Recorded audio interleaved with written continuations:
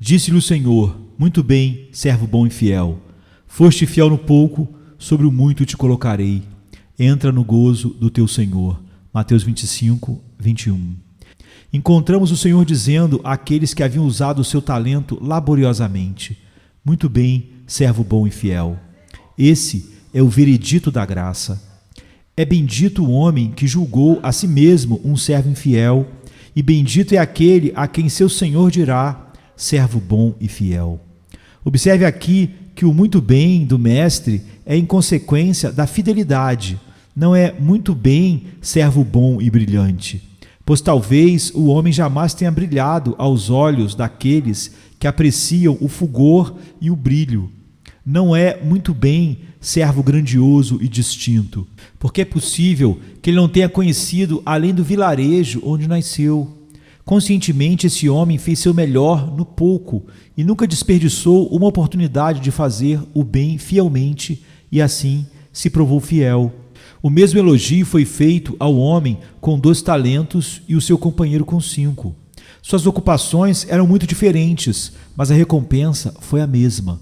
O muito bem, servo bom e fiel, foi recebido e desfrutado por cada um deles. Não é doce pensar que, embora eu possa ter apenas 1 talento, a mim não será negado o elogio do meu Senhor? É sobre minha fidelidade que ele fixará seu olhar, e não sobre a quantidade dos meus talentos. Posso ter cometido muitos erros e confessado minhas falhas com grande pesar, mas ele me elogiará do mesmo modo como fez com a mulher a quem disse: ela fez o que pôde.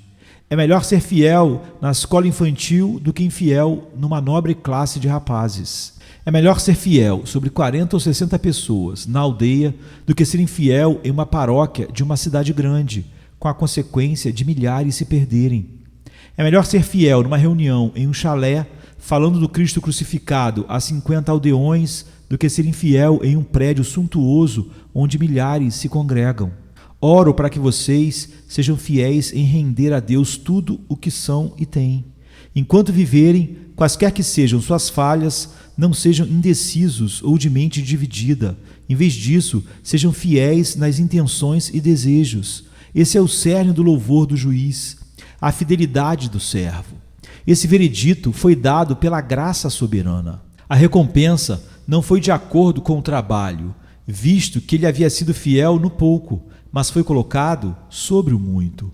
O veredito em si não é sob a regra das obras, mas de acordo com a lei da graça.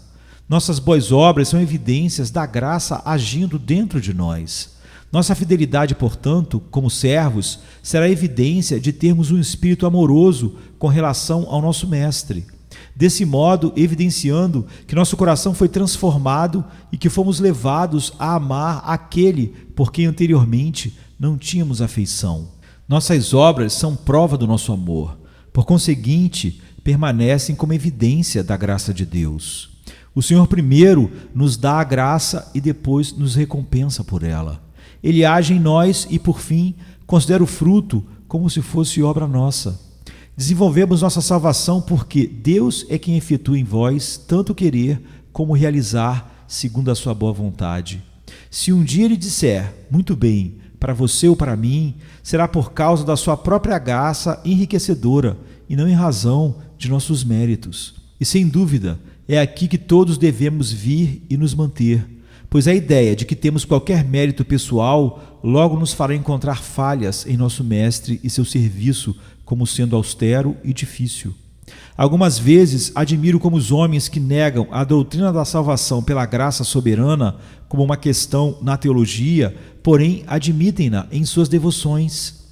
Entram em controvérsia contra ela, mas inconscientemente creem nela. Um caso extremo é o do cardeal Bellarmine, que era um dos mais inveterados inimigos da Reforma e um renomado antagonista aos ensinamentos de Martim Lutero. Citarei um trecho de uma das suas obras, da Justificação. Em suma, ele diz: por causa da natureza incerta das suas próprias obras e do perigo da vanglória, o curso mais seguro é colocar toda a nossa confiança na misericórdia e na amorosa bondade de Deus. Você falou bem, cardeal. E desde que o curso mais seguro é o que escolheríamos, colocaremos toda a nossa confiança somente na misericórdia e na amorosa bondade de Deus.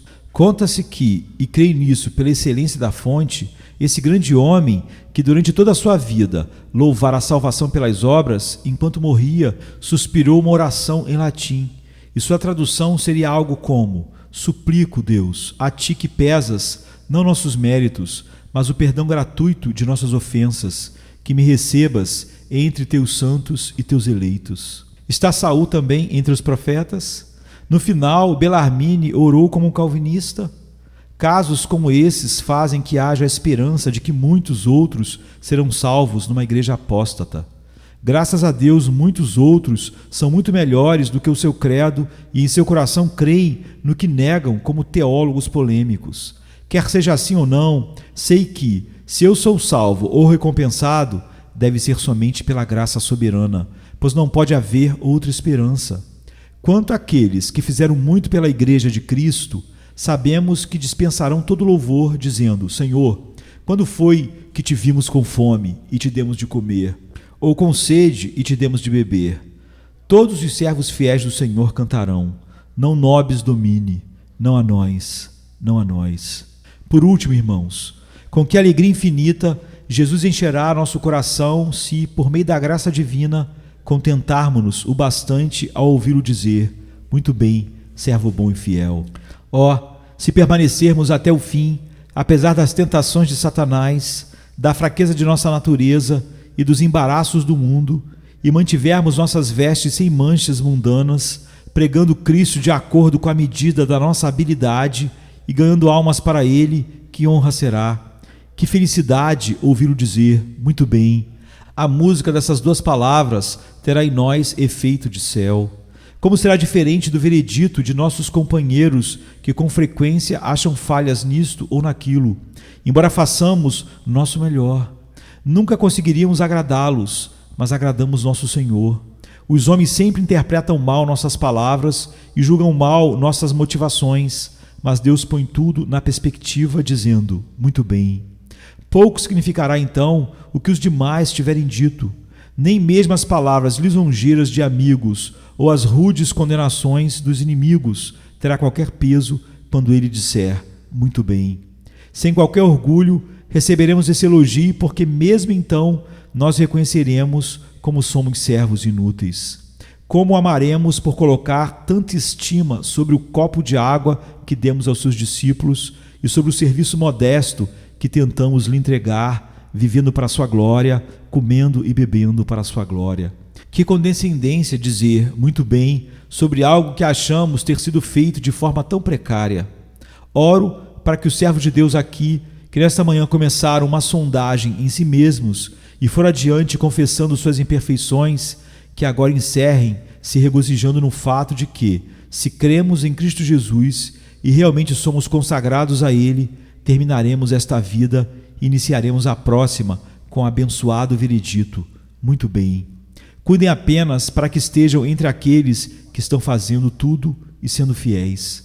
Ouço algumas pessoas falarem contra o sentimento de autojustiça, a quem eu diria: você não precisa falar muito sobre esse assunto, porque não lhe diz respeito, já que você mesmo não tem justiça da qual se orgulhar. Ouço outros falando contra a salvação por obras, que não correm o perigo de cair nesse erro, porque as boas obras e a vida deles são duas coisas que não andam lado a lado. O que admiro é ver um homem como Paulo, que viveu para Jesus e estava disposto a morrer por ele, dizendo ao final da sua vida: mas o que para mim era lucro, isto considerei perda por causa de Cristo. Sim, deveras considero tudo como perda, por causa da sublimidade do conhecimento de Cristo Jesus, meu Senhor, por amor do qual perdi todas as coisas e as considero como esterco, para ganhar a Cristo e ser achado nele, não tendo justiça própria que procede da lei, senão a que é mediante a fé em Cristo Jesus, a justiça que procede de Deus, baseada somente na fé. Sigam em frente, irmãos, e não pensem em descansar até que seu dia de trabalho esteja findo. Sirvam ao Senhor com toda a sua força. Façam mais do que os fariseus, que esperavam ser salvos por seu zelo. Façam mais do que seus irmãos esperam de você, e então, quando tiverem feito tudo, depositem-no aos pés do seu Redentor com essa confissão: sou um servo inútil. É para esses que misturam fidelidade com humildade e ardor que Jesus dirá: muito bem, servo bom e fiel, entra no gozo do teu Senhor.